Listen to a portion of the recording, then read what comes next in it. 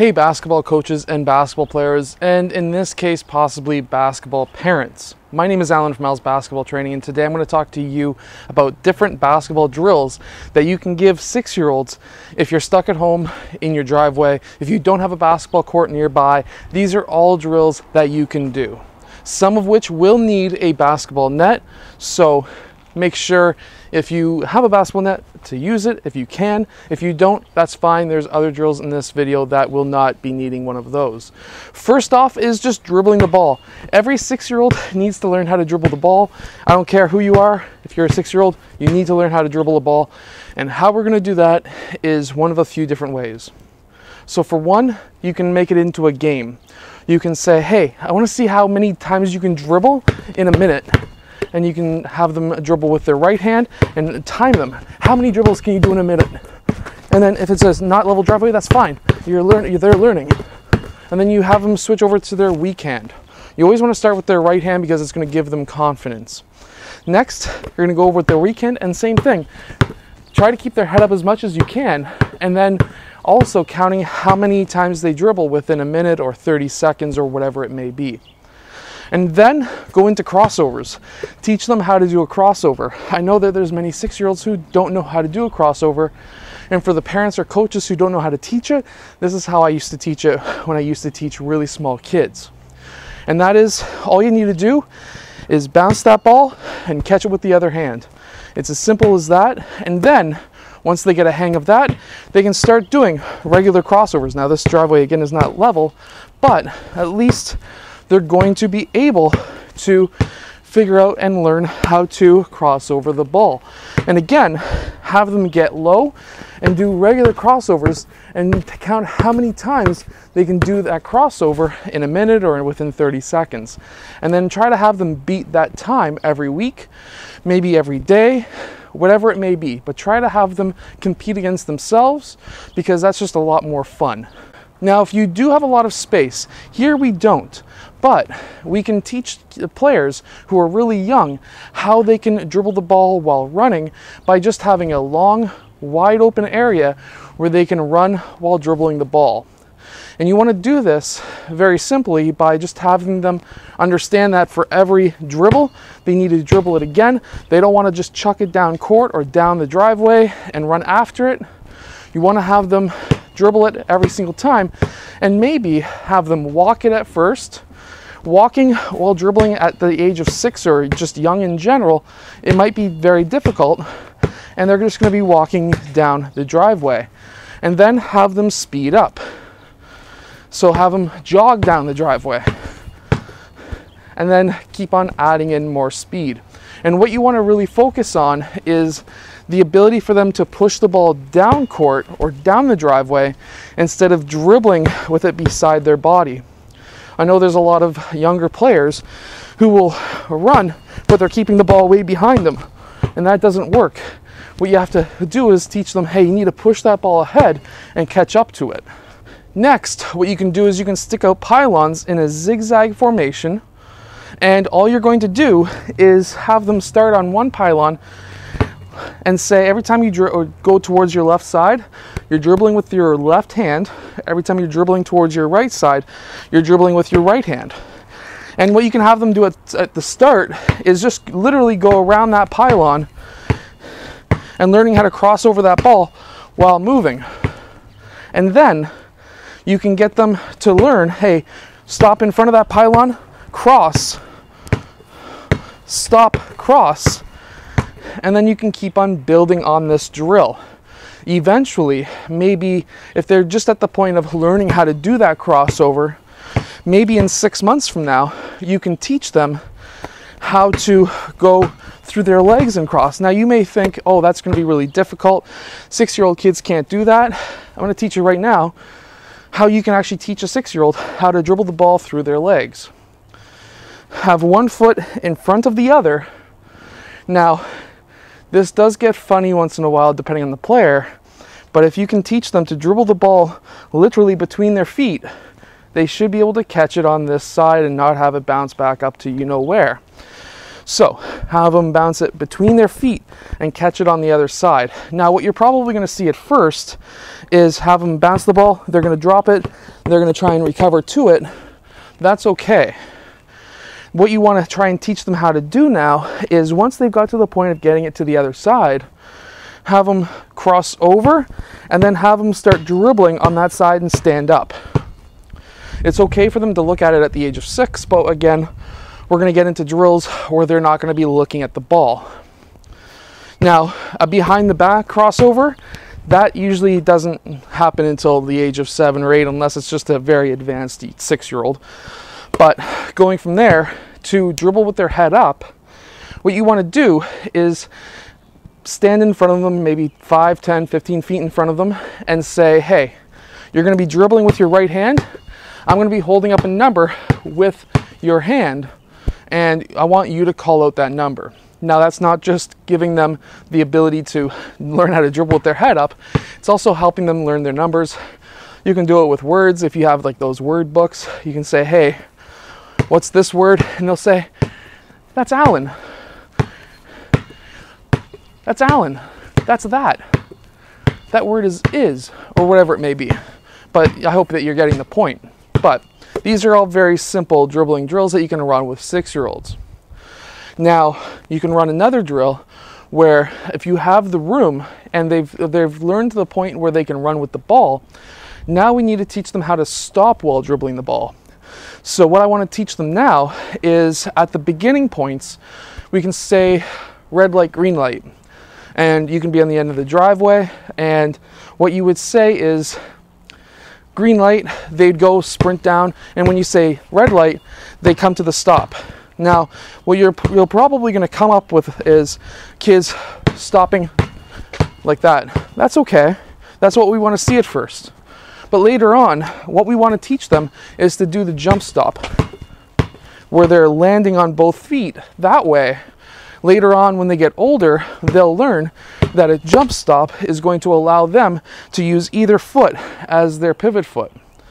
So let's say in basketball, when they get older and they land on both feet, they can do a fake, they can go for that reverse, they could have come to that jump stop, fake, and gone on this side.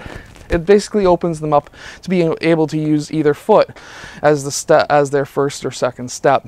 So that is a fantastic move to teach even at the young age. And then, even with this, being able to stop while dribbling, it allows them to change directions faster as well. But that comes later.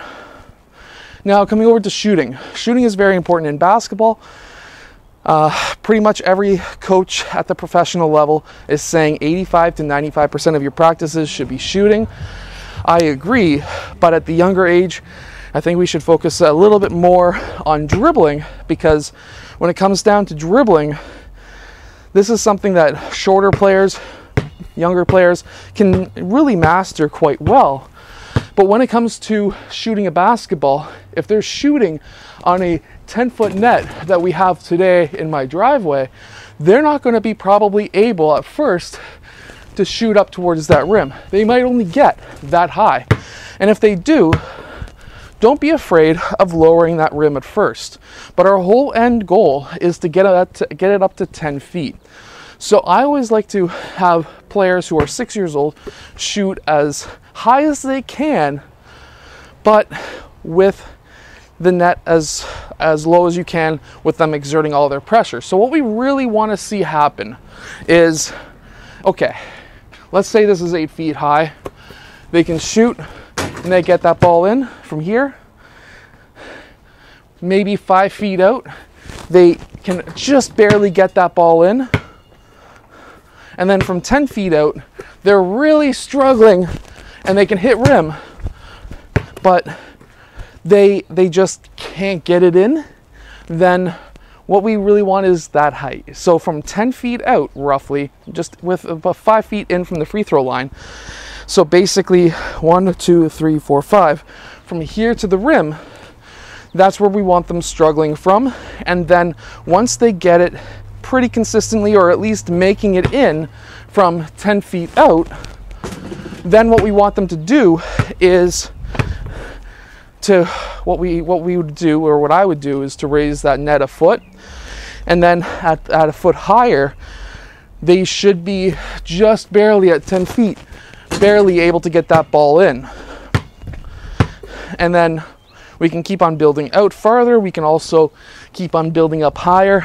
But our end goal is to get that net at 10 feet high. And I want to do that as early and as soon as possible. I know there's different leagues around the world, here in Canada included, that kids under the age of 10 sometimes don't shoot on a 10-foot net. I may or may not agree with that, but because every kid advances at their own level, at their own stage, at their own speed. So in my opinion, get them up to a 10-foot rim as fast as possible, and then that way we can start building on different shooting moves and different shooting skills, deeper range, that kind of a thing. But when we're teaching a younger 6-year-old how to shoot on a net, what you're going to see is some kids will shoot like this. That's expected. Some kids are going to shoot like this. That's expected. That's probably more backspin than they'll probably get. But what we really want to focus on is just trying to get that elbow underneath that ball. Obviously, they're not going to be shooting with pretty well near perfect shooting form. They're 6-year-olds. It's not going to happen. What we would want to have happen is for them to get it into their shooting pocket on that right side if they're right-handed, or their left side if they're left-handed. And what we really want to see them do is to have a wide stance, so feet shoulder width apart. If they're right-handed, their right foot in front of the other, just a bit, toe length ahead. And then what we want them to do is start here and really try to push up with their arm. Now, that may take some time. I'm not going to deny that. That will take probably a bit of time. To get them at the age of 6 to shoot like this, I've seen players literally in the first training session do it in seconds. I've seen other players where it takes months. Every player progresses at their own rate, so keep that in mind.